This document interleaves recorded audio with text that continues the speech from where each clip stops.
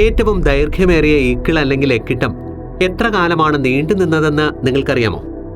68 വർഷമാണ് അത് നീണ്ടുനിന്നത്. 1922 ആരംഭിച്ച ചാൾസ് ഓസ്ബോൺ എന്ന അമേരിക്കൻ പൗരന്റെ ഇക്കിൾ നീണ്ട 68 വർഷക്കാലം തുടർന്നു. ഒരു പന്നിയുടെ ഭാരം തൂക്കി നോക്കുന്നതിനിടയിൽ വീണ് പരിക്കേറ്റതിന് ശേഷമാണ് അദ്ദേഹത്തിന് ഇത്രയും കാലം നീണ്ടുനിന്ന ഇക്കിളുണ്ടായത്.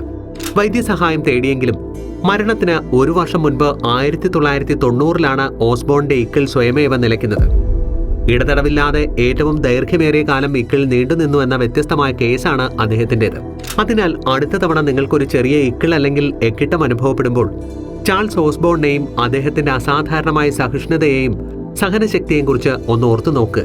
ചിലപ്പോൾ ഏറ്റവും സാധാരണമായ ശാരീരിക അവസ്ഥകൾ പോലും അസാധാരണമായ സംഭവങ്ങളായി മാറിയേക്കാം.